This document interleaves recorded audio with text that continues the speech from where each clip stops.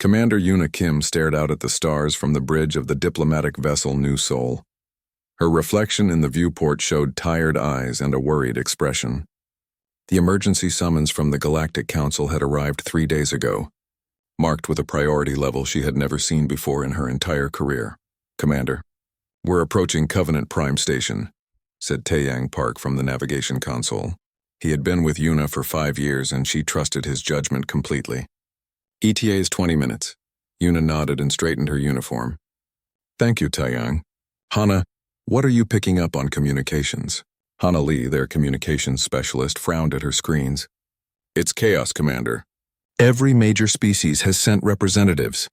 I'm detecting transmissions in 43 different languages. Whatever this is about, it's big." The New Seoul glided through the docking approach, passing dozens of alien vessels. Some were elegant and sleek. Others looked like floating crystals or organic growths.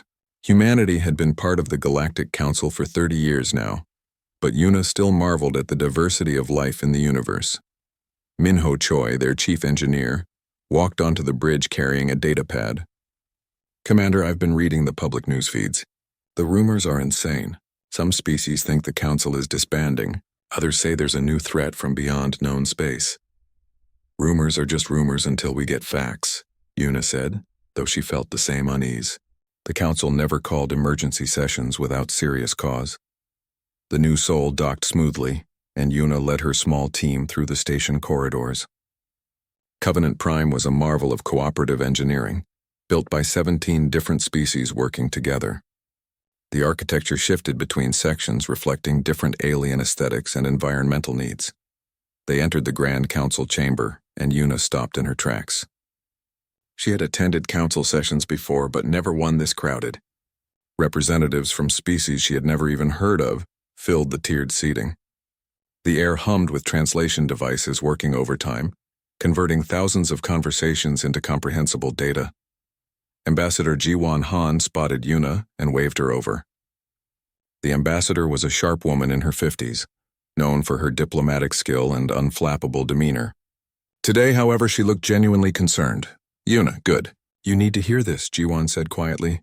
"The Velkari Imperium has issued an ultimatum." Yuna's blood ran cold. The Velkari were one of the most powerful military species in the galaxy. They controlled hundreds of worlds and possessed a fleet that dwarfed most other civilizations combined. What kind of ultimatum? They want 3 resource-rich sectors on the outer rim. If the Council doesn't grant them control within 10 solar cycles, they'll take them by force. Jiwon's voice was grim. "They're not negotiating. They're demanding." The chamber's central platform activated, and a holographic display appeared. A Velkari commander materialized, his reptilian features twisted in what might have been a smile. His scales were dark red, and his eyes gleamed with confidence. "Members of the Galactic Council," the Velkari's voice boomed through translation. "I am Fleet Commander Threxus. My message is simple.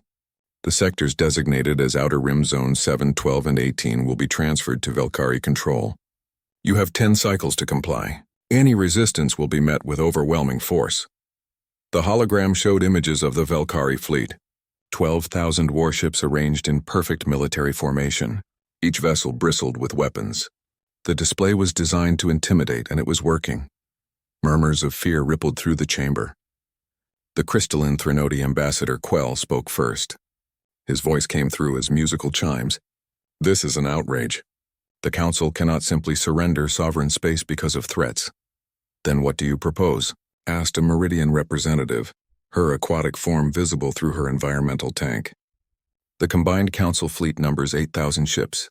We are outnumbered and outgunned.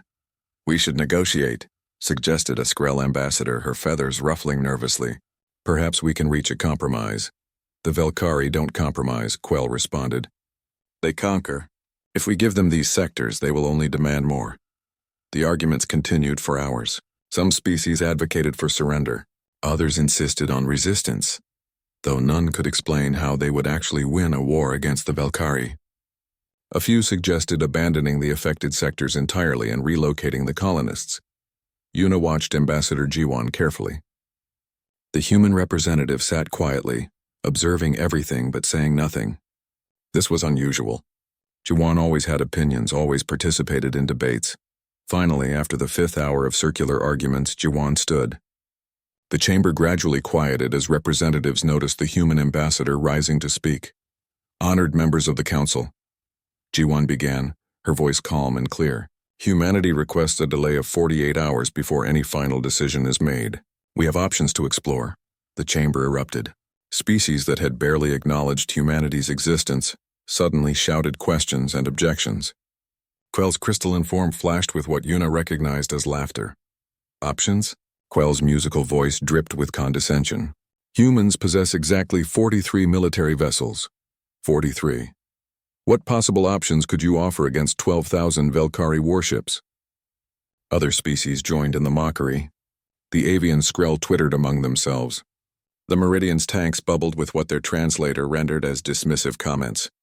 Humanity was the newcomer species, the civilization that had barely left its own solar system a century ago. They were tolerated in the council but rarely respected. Jiwan waited for the noise to die down. When she spoke again, her voice carried an edge that Yuna had never heard before. You have counted our patrol vessels, our destroyers, our frigates. You've watched our military exercises and analyzed our capabilities. But there's one question none of you have ever asked. She paused, letting the silence stretch. You never asked about our shipbuilding capacity. You assumed what you saw was everything we had. The chamber went very quiet. Quell's crystalline form stopped flashing. Even the normally boisterous Skrell delegation fell silent. Humanity has been part of this council for 3 decades, Jiwan continued. In that time, we've listened. We've learned. We've observed how the galaxy works. And we've prepared. Prepared for what? Demanded a Threnody representative. For exactly this, Jiwan said simply. For the day when someone with a big fleet decided they could take whatever they wanted. For the day when the council would need to choose between surrender and resistance. Threxus's hologram reappeared. The Velkari commander had clearly been monitoring the session. Bold words, human. But words don't stop warships. You have 10 cycles, just like everyone else. We'll have your answer in 48 hours, Jiwan replied calmly. I suggest you wait for it. The hologram flickered out. The chamber descended into chaos again, but Yuna barely heard it. She was watching Jiwan, trying to understand what the ambassador knew that she didn't. After the session ended, Yuna approached Jiwan in a private side chamber. Ambassador, what options are you talking about? Our fleet can't stand against the Velkari. Jiwan pulled out a secure datapad and handed it to Yuna. On the screen were 2 words. Bring them. Bring what? Yuna asked, confused. You'll understand soon, Jiwan said. Check your orders from Earth Defense Command. You're being temporarily reassigned. Yuna's personal communicator buzzed. She opened the encrypted message and read the coordinates. Her eyes widened. The coordinates pointed to Sector 447, a region of space that was marked on all official charts as a navigation hazard. The area was supposedly empty, designated as a human quarantine zone due to dangerous spatial anomalies. There's nothing in Sector 447, Yuna said slowly. Jiwan smiled, but it didn't reach her eyes. That's what everyone thinks. Take the new soul and go to those exact coordinates. Transmit the authorization code in the message. Then wait. Wait for what? You'll know when you see it, Jiwan said. And Yuna? When you do see it, remember that humanity didn't build it to conquer. We built it to survive. Yuna left Covenant Prime with more questions than answers. As the new soul jumped to faster-than-light speed heading toward the mysterious coordinates, she gathered her crew on the bridge. Taeyang, Hana, Minho, she said. I don't know what we're going to find, but I think everything is about to change. Taeyang checked his navigation display. We'll reach Sector 447 in 6 hours, Commander. 6 hours until they discovered what humanity had been hiding. 6 hours until the galaxy learned that they had severely underestimated the species from Earth. 6 hours until everything changed. Yuna settled into her command chair and waited. In the viewport, stars streaked past like silver lines in the darkness. Somewhere ahead in supposedly empty space, humanity's secret was waiting. The new soul dropped out of faster-than-light travel exactly on schedule. Yuna had expected to see something immediately, but the viewport showed only empty space. Stars glittered in the distance, cold and indifferent.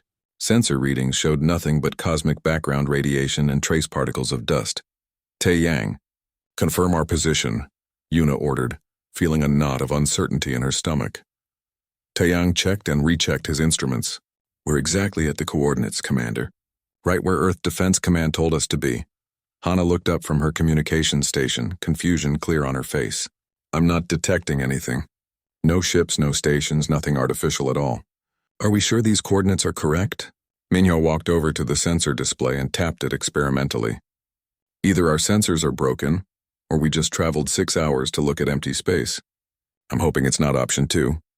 Yuna pulled up the encrypted message again and found the authorization code. It was a long string of numbers and letters that meant nothing to her. I'm transmitting the code now, she announced. She entered the sequence and sent it out on all frequencies. For a long moment, nothing happened. The crew waited in tense silence.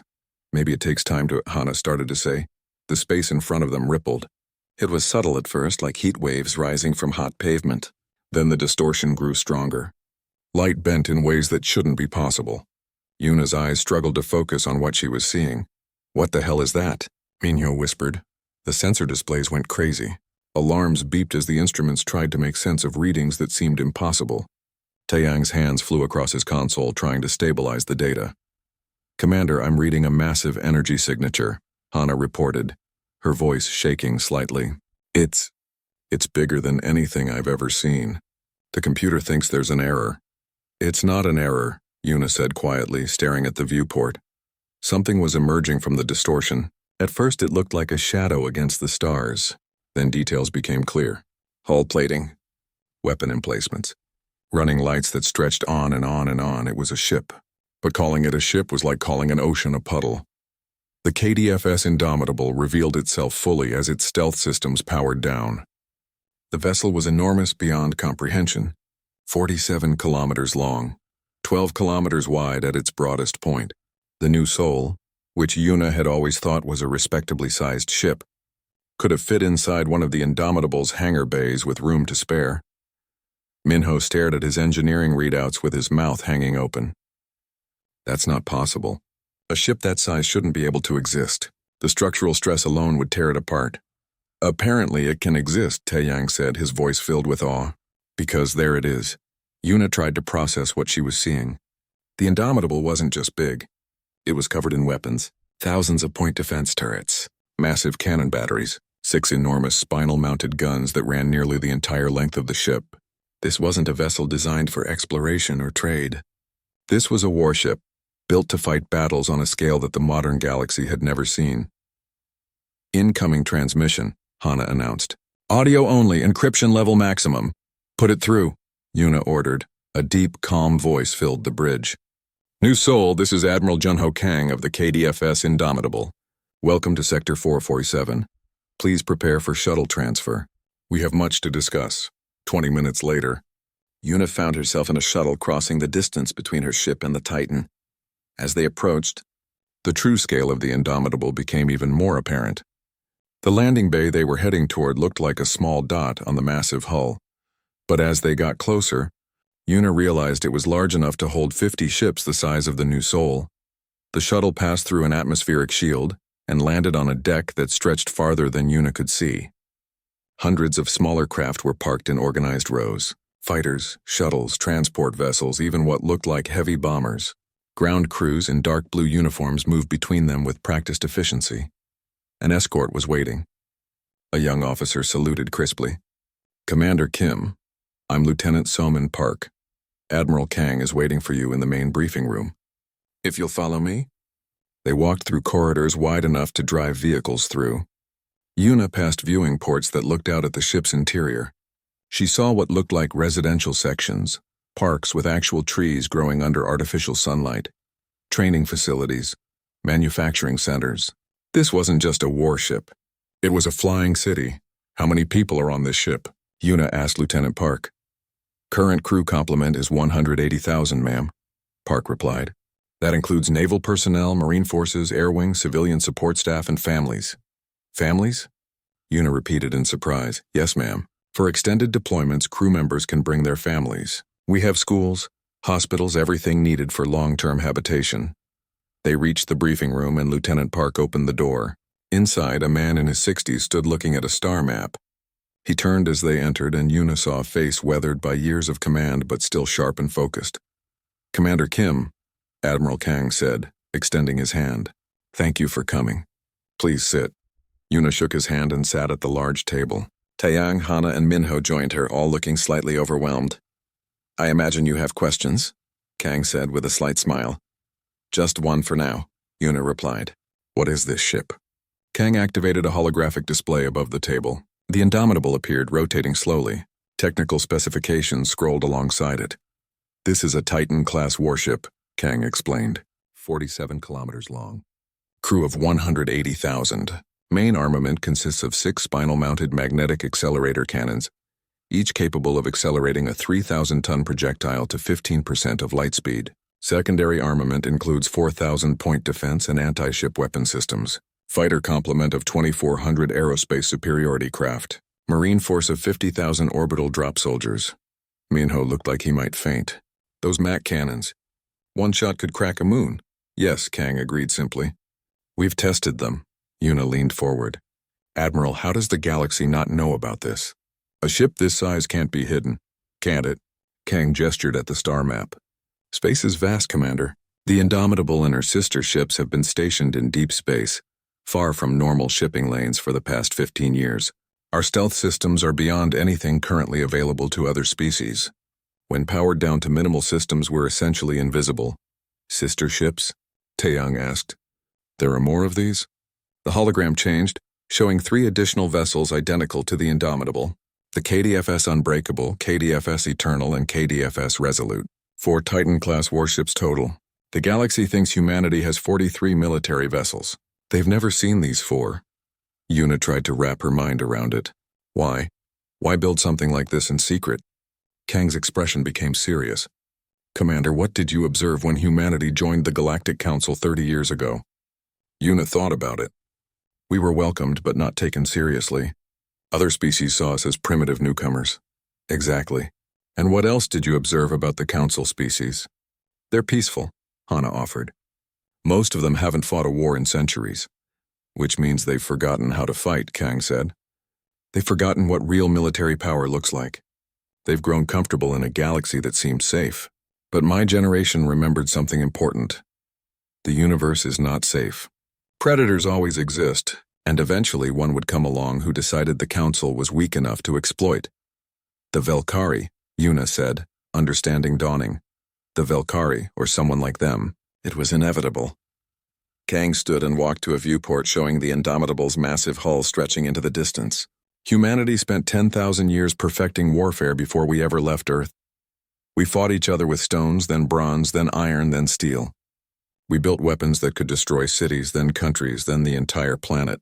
When we finally reached the stars and found the Council, we saw civilizations that had forgotten all of that. Species that thought a few thousand warships was an impressive military. So you built the Titans," Yuna said softly. "We built them over 15 years in secret asteroid facilities. Each one required the resources of 20 colony worlds.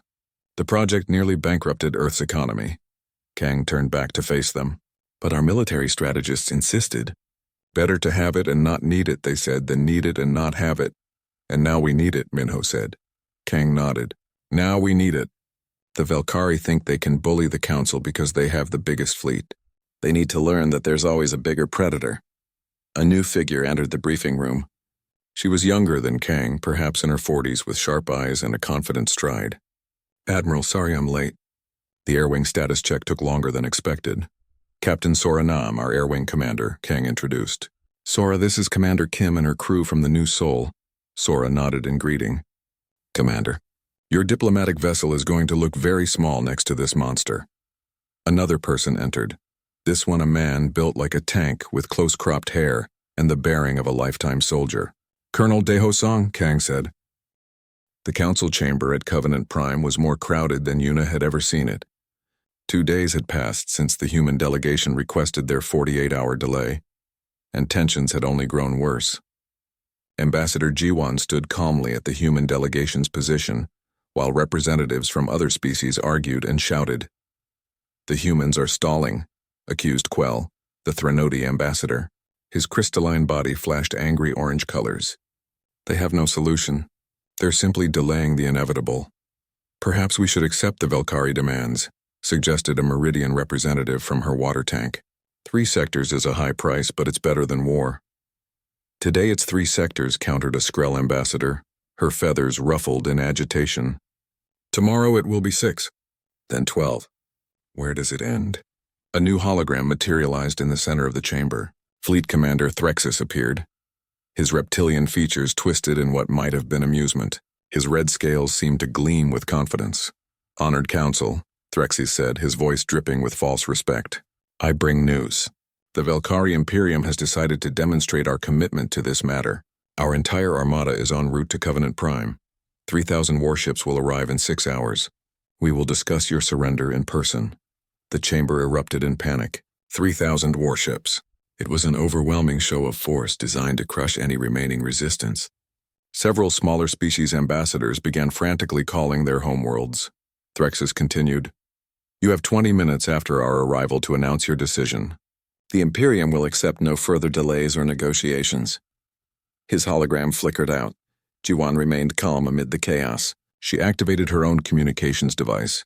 It's time, she said quietly. 6 hours later, the Velkari fleet arrived exactly as promised. Yuna watched from the observation deck of Covenant Prime as the warships dropped out of faster-than-light travel, in perfect military formation. 3,000 vessels arranged in a pattern designed for maximum intimidation. Each ship was a dark, angular design bristling with weapons. The formation looked like a predator's open jaws ready to snap shut. On the Velkari flagship, Threxus stood on his command bridge surveying the station. Around him, his crew worked with military precision. At the tactical station, Velna studied the defensive positions. Commander, the station has minimal defenses, Velna reported. She was younger than Threxus, with lighter-colored scales and sharper eyes. The assembled council fleet numbers only 2,000 ships. They're outnumbered and outgunned. Cross, the weapons master, checked his displays. His scales were darker, almost black, and his voice was eager. All weapon systems ready, Commander. We can disable their fleet in minutes if they resist. Threxus nodded with satisfaction. Open a channel to the station. His image appeared on every screen in Covenant Prime. Members of the Council, your time is up. You will now announce your decision to surrender the disputed sectors. You have 20 minutes. In the Council chamber, representatives looked at each other with despair. Some had already prepared surrender statements. Others sat in angry silence, knowing they had no choice. Jiwan stood and activated the chamber's main view screen. Fleet Commander Threxus, before you demand our answer, there's something you should see. She transmitted a set of coordinates to every ship and station in the sector. I recommend you point your sensors at these locations. On the Velkari flagship, Velna checked the coordinates and frowned.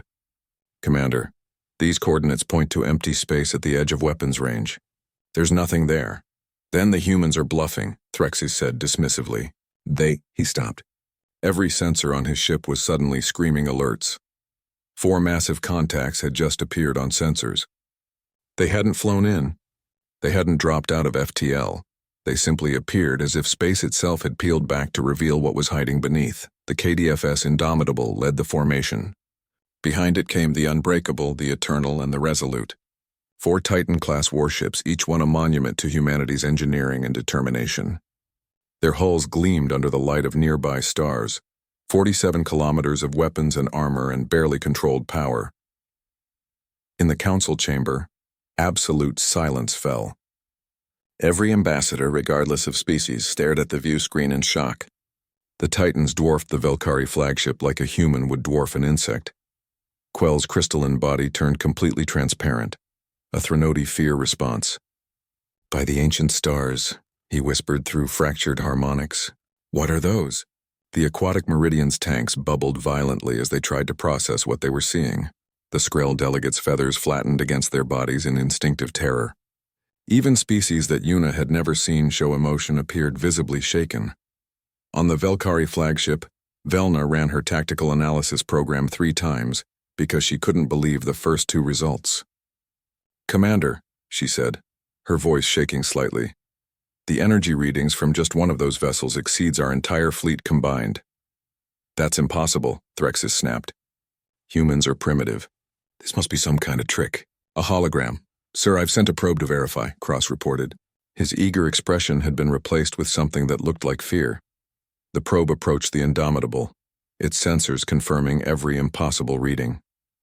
The hull was real. The weapons were real. The power signature was real. As the probe crossed within 10,000 kilometers, the Titan's defensive systems activated automatically. A single-point defense laser, one of 4,000 such weapons on the Indomitable's hull, fired a warning shot. The beam was so focused and powerful that it vaporized the probe instantly. The energy reading from that single shot equaled the full broadside of a Valkyrie heavy cruiser. Cross stared at his displays in horror. "Commander, that was a warning shot from their weakest defensive weapon. Their main cannon." He couldn't finish the sentence. Velna pulled up a tactical simulation. Her hands trembled as she worked. "Sir, I've run every possible engagement scenario. In our best case, we destroy one Titan and lose our entire fleet. In our worst case, we lose the entire fleet and barely damage one Titan."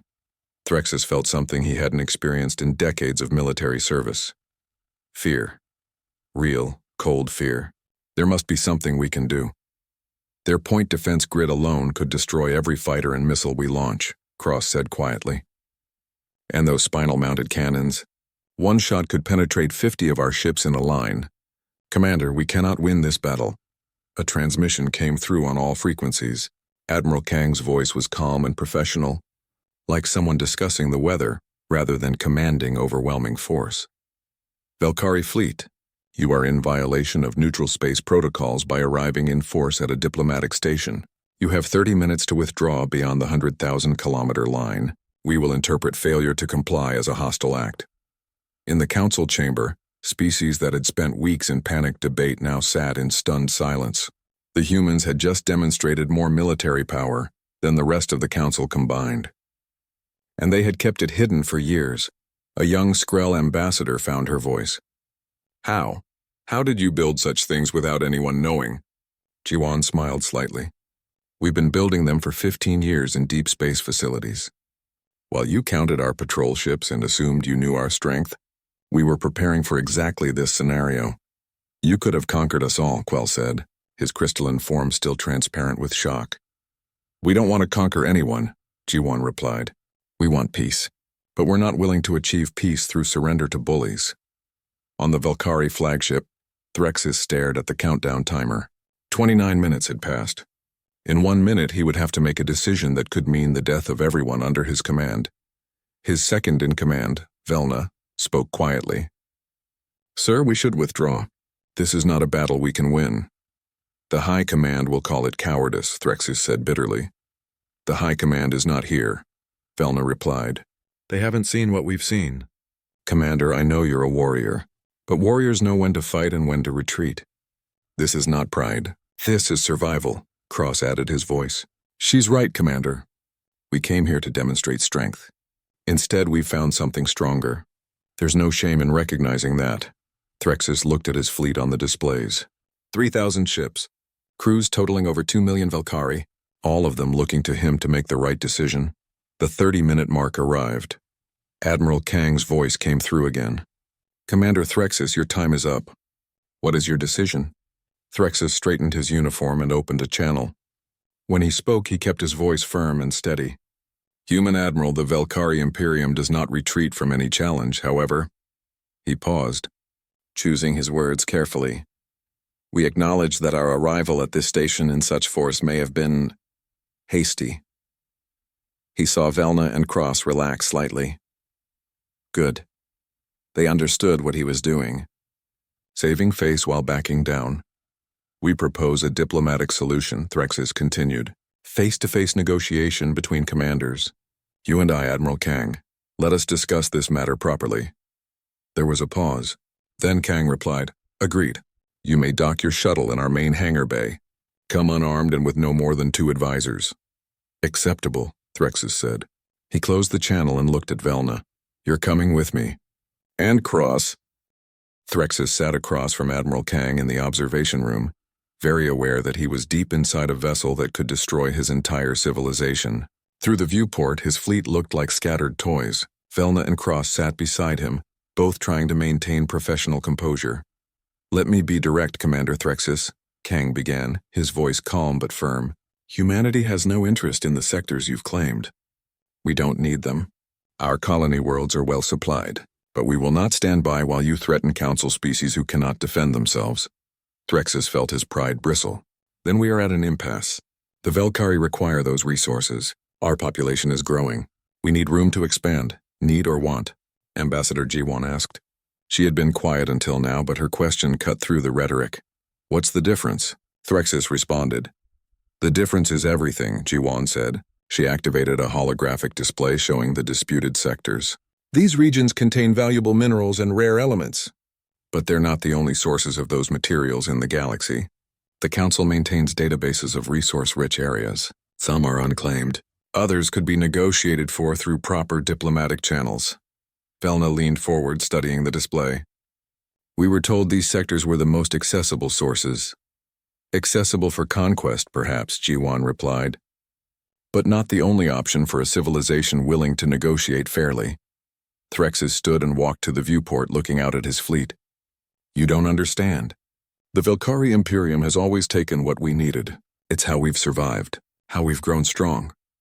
And that worked fine when no one could stop you, Kang said, joining him at the viewport. But times change, Commander. The galaxy has changed.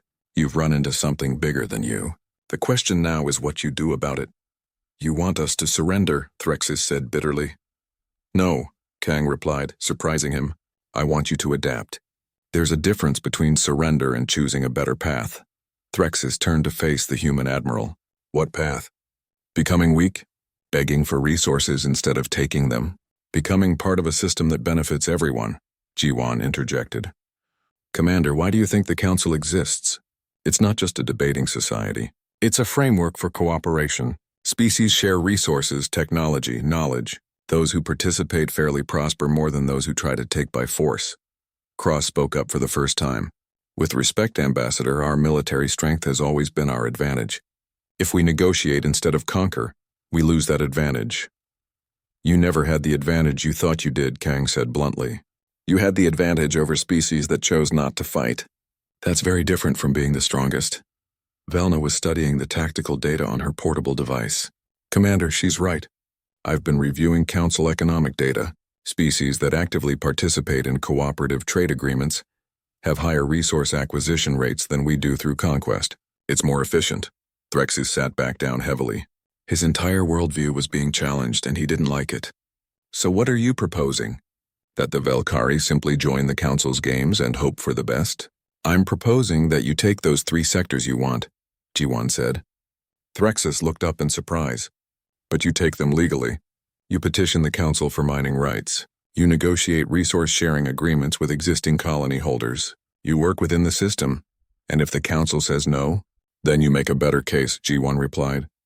You offer something in exchange. Trade agreements. Technology sharing. Security assistance. That's how diplomacy works, Threxus laughed, but it was a bitter sound. You're asking the Velkari to become diplomats instead of warriors. I'm asking you to be smart warriors, Kang corrected. Commander, look at those ships out there. He gestured to the 4 Titans visible through the viewport. Do you know how much they cost to build? The resources, the time, the economic strain on our entire species? I can imagine, Threxus said quietly. We built them because we knew someday we might need them, Kang continued. But do you know what we hope? We hope we never have to fire a single shot from their main guns, because the moment we do, we've failed. These ships exist to prevent war, not to wage it. A weapon unused is a wasted weapon, Threxus argued. A weapon that prevents 1,000 battles is the most valuable weapon ever made, Kang countered. Velna was nodding slowly. The commander is right, sir. Think about it. If we fight these Titans and somehow win, we'd lose most of our fleet. Even if we destroyed all 4, we'd be so weakened that any other species could attack us. But if we negotiate, we look weak, Threxus finished. You look smart, Jiwon said. You look like a species that knows when to fight and when to talk. That's not weakness. That's wisdom, a communication alert chimed. Kang checked his device. Your high command is trying to contact you, Commander. They want a status report, Threxus sighed. They'll want me to hold position. To show strength, will you? Kang asked. Threxus was silent for a long moment. He thought about his fleet, about the 2 million Velkari under his command. He thought about their families back home. He thought about what would happen if he gave the order to attack. "Tell me honestly, Admiral," Threxus said. "If I refuse to withdraw, if I order my fleet to attack, what happens?" Kang's expression didn't change. "We would destroy your fleet in approximately 14 minutes. Our tactical computers have already run the simulations. You wouldn't reach weapons range before our spinal cannons tore through your formation. Any fighters or missiles you launched would be eliminated by our point defense grid. It wouldn't be a battle. It would be a massacre. And you're willing to do that?" "If you force our hand, yes," Kang said simply. "But I'd rather not. I'd rather we sit here and talk until we find a solution that lets everyone go home alive." Threxus looked at Velna and Cross. Both of them were watching him, waiting for his decision. He could see in their eyes what they wanted him to do. "I need to speak with my high command," Threxus said. "Of course," Kang agreed. "We'll give you privacy." The humans left the observation room. Threxus immediately opened a secure channel to the Velkari homeworld. The face of High Commander Draxus appeared, his scales a deep crimson that signified high rank. "Threxus, report. What is the situation?" "High Commander, the situation has changed significantly," Threxus began. He transmitted the tactical data on the Titans. "The humans have revealed military assets that exceed our capabilities." Draxus studied the data, his expression darkening. "This cannot be accurate. No species could hide such vessels. I'm standing inside one of them right now, High Commander. I assure you it's very accurate." "Then destroy them," Draxus ordered. "Sacrifice is acceptable if it eliminates a threat." "High Commander, with respect, destroying these ships would cost us our entire fleet and barely damage the enemy. And these are only 4 ships. We have no idea what other capabilities humanity might possess." "Are you suggesting we retreat?" Draxus's voice was cold. "I'm suggesting we negotiate," Threxus said. "The humans are offering us a path to acquire the resources we need through diplomatic channels. If we fight and lose our fleet, we gain nothing. If we negotiate successfully, we gain the resources without the losses." Draxus was silent for a long moment. "The Imperium does not beg for what it can take." "The Imperium has never faced something it couldn't take," Threxus replied. "Until now. High Commander, I have served for 30 years. I have never retreated from a battle. But I have also never led my crews into certain death for no gain. This is not cowardice. This is tactical reality," Velna added her voice. "High Commander, I am the senior tactical analyst on this mission. I have reviewed every possible engagement scenario. Commander Threxus is correct. We cannot win this battle," Cross spoke next. "As weapons master, I confirm this assessment. Their defensive capabilities alone exceed our offensive capabilities." Draxus looked at all 3 of them through the view screen. Finally, he spoke. "You have authority to negotiate, Commander Threxus. But the Imperium will expect favorable terms." "Understood, High Commander." Threxus closed the channel and let out a breath he hadn't realized he was holding. "So we're really doing this?" Cross asked. "We're doing this," Threxus confirmed. He signaled that the humans could return. Kang, Jiwan, and Yuna came back into the observation room. "Have you reached a decision, Commander?" Kang asked. "The Velkari Imperium agrees to negotiate through proper council channels for resource access to the disputed sectors," Threxus said formally. "We will withdraw our fleet from Covenant Prime immediately." Jiwan smiled. "I think you'll find the Council very receptive to reasonable resource-sharing proposals, Commander. Especially from a species with your capabilities. You have much to offer, such as..." Threxus asked security, Kang said. "The Council is made up mostly of peaceful species. They need protection from raiders and pirates. The Velkari fleet could serve as a rapid response force. In exchange, you'd gain priority access to resource negotiations." Velna was already taking notes. "That could work. We'd be providing a valuable service in exchange for resource rights. It's a partnership," Jiwan explained. "The Council benefits from your military strength. You benefit from their resources and technology." "Everyone wins." Threxus stood and extended his hand in the human gesture he'd learned. "Very well, Admiral Kang, we have an agreement." 3 weeks had passed since the standoff at Covenant Prime. Yuna walked through the council chamber, still amazed at how much had changed in such a short time. The chamber was packed with representatives from 47 different species, more than had attended any session in decades. Everyone wanted to see what would happen next. The Velkari fleet had withdrawn peacefully, just as Commander Threxus promised. But the revelation of the four Titans had sent shockwaves through the entire galaxy. Some species were terrified of humanity's hidden power. Others saw opportunity. All of them were recalculating their relationships with Earth. Ambassador Jiwan stood at the human delegation's position, reviewing notes on her datapad. Beside her, Yuna waited nervously. This would be the first formal council session since the crisis, and everyone wanted answers. The session began with the council speaker, an elderly Threnody named Arix, calling for order. We gather today to discuss the future of council security and cooperation. Many species have submitted proposals. We will begin with the human delegation. Jiwan stepped forward to address the chamber. Honored members, 3 weeks ago, humanity revealed military assets that we had kept hidden for years. We understand that this revelation has caused concern, confusion, and even fear. Today, I want to address those concerns directly. She activated a holographic display showing the four Titans. These are the only Titan-class warships that exist. We have no plans to build more. They were constructed purely as defensive assets, hidden away in deep space, maintained for the day they might be needed. That day came, and they served their purpose without firing a single shot. Quell, the Threnody ambassador who had mocked humanity weeks ago, spoke up. His crystalline form glowed with what Yuna had learned to recognize as embarrassment. Ambassador Jiwan, the Threnody Unity wishes to formally apologize for our previous dismissive attitude toward humanity. We clearly underestimated your capabilities. Apology accepted, Jiwan said graciously. But understand, we never wanted you to fear us. We wanted to be prepared. A Meridian representative flowed forward in her water tank. The Meridian Collective has a proposal. Our colony worlds are constantly threatened by raiders and pirates. We have no military strength to defend ourselves. Would humanity consider a mutual defense pact? We can offer access to our agricultural technology and rare biological resources in exchange for protection. Before Jiwan could answer, a Skrell ambassador spoke. The Skrell Unity has a similar proposal. We also seek protection and are willing to trade our aerospace engineering expertise. More species began speaking up, each offering trade agreements and partnerships.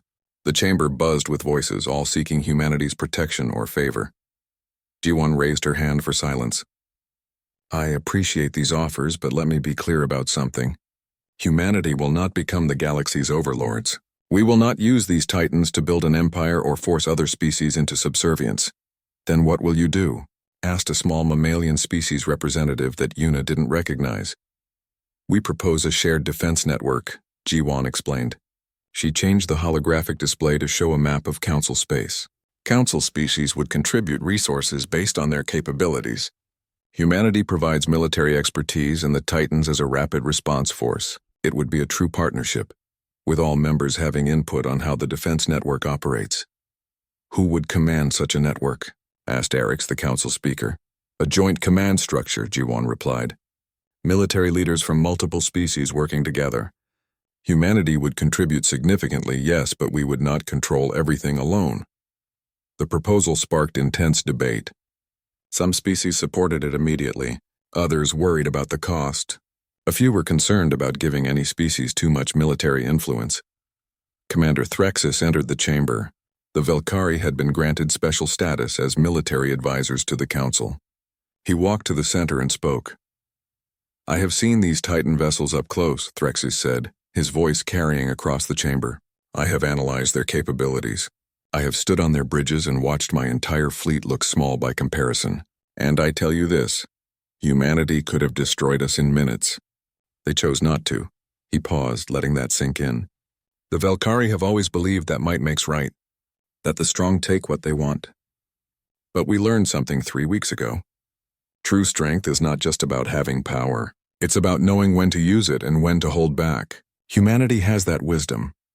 The Velkari Imperium supports this defense network proposal, Threxus continued. Moreover, we volunteer our fleet to serve as rapid response forces under the joint command structure. Our ships are fast and heavily armed. Combined with the Titans as ultimate deterrent, we can protect Council space effectively. This announcement surprised everyone. The Velkari, who weeks ago had threatened war, were now offering to defend Council worlds. Yuna saw the genius in it. Threxus had found a way to maintain his species' military pride while adapting to the new reality. The vote took 3 hours of debate.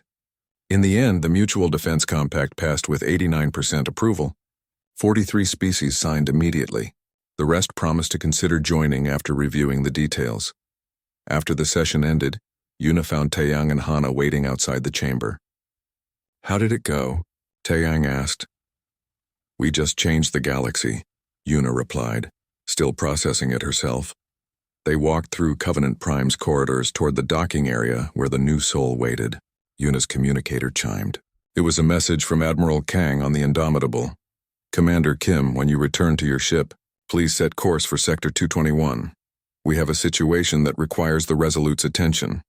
Yuna acknowledged the message and changed course toward the Indomitable's docking bay instead. When she arrived, Admiral Kang was waiting in a briefing room along with Admiral Mirai Shin, commander of the Resolute. "What's happening in Sector 221? Yuna asked. Admiral Shin brought up a star map. "Talos 4, a mining colony. About 8,000 civilians. They're under attack by raiders, 70 pirate ships demanding surrender and access to their mineral stockpiles." "Can't the colony defend itself?" Hana asked. "They have no military forces," Kang replied. "Just civilian security. They sent out a distress call to the Council. The Council is debating sending a fleet, but that would take 3 weeks to assemble and deploy." "The Resolute can be there in 40 hours, Admiral Shin said. Her voice was hard and determined. "But I need Council authorization to intervene." "They're still debating it," Kang said. "Some Council members are worried about setting precedent. Others are concerned about the cost." Yuna felt anger building. "People are dying while they debate." "That's politics," Kang said grimly. "Ambassador Jiwon is pushing for immediate authorization, but it's going to take time." 4 hours later, authorization finally came through. The vote was close, barely passing. Many Council species were still nervous about deploying the Titans. Admiral Shin took the Resolute to maximum speed. Yuna and her crew came along as observers. The massive ship tore through space faster than anything its size should be able to move. The engineering was incredible. They dropped out of faster-than-light travel above Talos 4. The planet was small and rocky, covered in mining facilities and small settlements. In orbit, 70 pirate vessels were bombarding the surface. Yuna could see explosions on the planet's surface even from this distance. On the Resolute's bridge, Captain Hyunwoo Bayek opened a communication channel to the raiders. "Attention, pirate vessels. This is the KDFS Resolute. You have 60 seconds to surrender or flee. Choose wisely." The pirate commander appeared on screen. He was some species Yuna didn't recognize, with multiple eyes and mandibles.